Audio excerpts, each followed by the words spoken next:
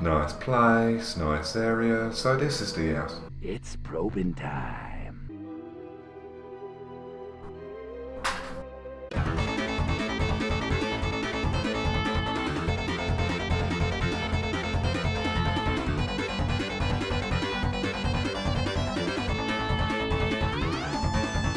Destroy all humans. What a fucking title. This is a weird fucking game, but in a good way.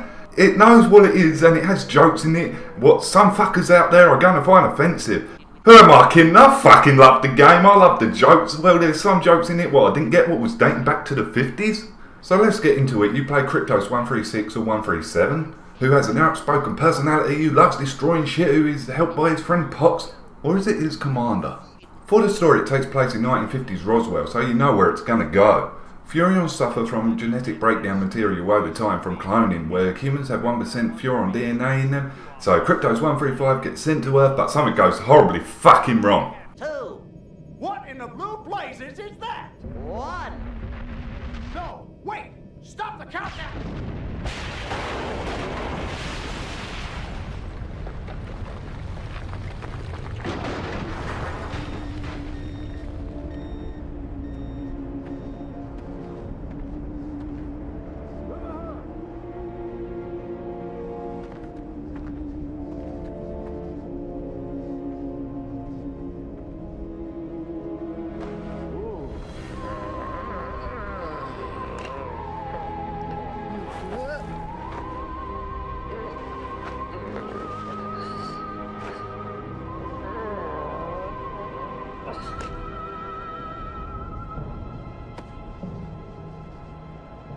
Then Kryptos136 goes to Earth to rescue itself and harvest humanity's brain stems, and to destroy a load of shit along the way. I'll let him explain this one. Cryptosporidium captured by a bunch of monkeys.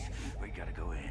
We gotta crack some craniums. We gotta rescue me. Him. He's gotta rescue me. I gotta. Brains, man. When do I get to blow things up? The controls will take a bit of time to get used to, especially the aiming, but it does an alright tutorial in the first level. It is set in an open world of select sections what opens up over time as you do missions. Crypto has powers what he can use like mind reading. Yeah, you're going to hear some weird fucked up shit from time to time.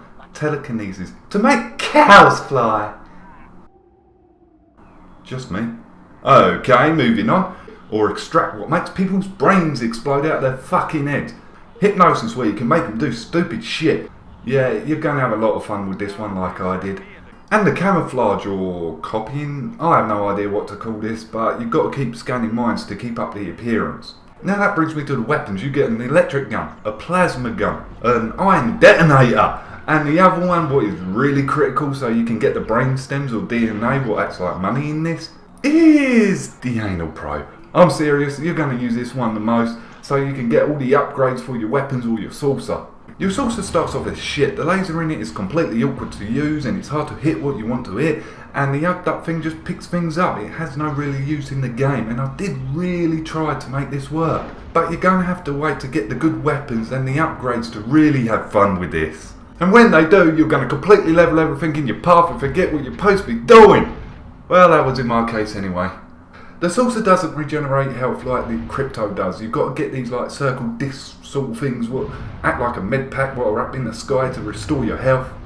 There's a wanted system of 4. First one raises suspicion, second one the police, the third one the army, and the fourth one is the majestic. I had a lot of fun killing the majestic because I fucking hate them EMP devices! Oh!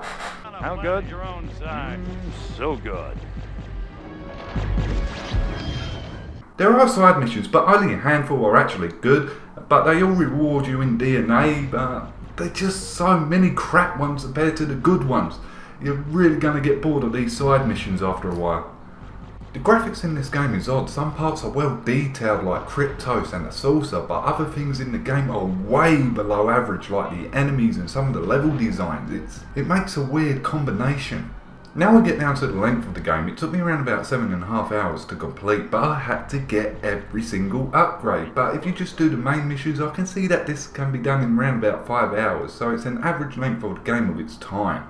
The two main characters, Kryptos and Pox, are well voice acted, but the others are not. Some of them are bad, but at least they don't really say much. The bad points of this game is that the frame rates do drop when there's a lot going on to a snail's pace. It does occur often if you're taking on a lot of enemies, which this game does throw at you quite often, and the load poppings. For the good points of this game, it's got to be the little finishes what they put in, like if you don't do anything for a while on the menu, Pops will actually come out with sarcastic comments. Well, it's your electric bill. You could turn the console off, you know. Haven't you ever heard of global warming? And the load screens, they are unique posters what I couldn't stop staring at. And the game felt like a B-movie, especially at the beginning.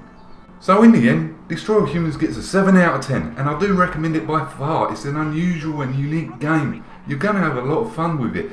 It's just if I didn't get them free game freezes, but that could have been my copy of the game, and some of the missions do seem to repeat themselves. And some of the bugs that I came across, if it weren't for that, it would have got a lot higher mark. And I would like to see a HD remake of this game at some point. So have you played it? What would you rate this game? Leave it in the comments below. Until next game, I'm fucking off.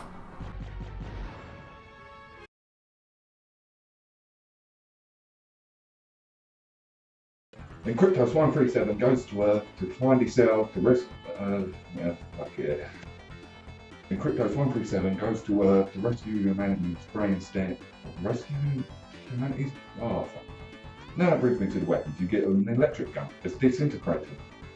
Why am I putting in? Okay.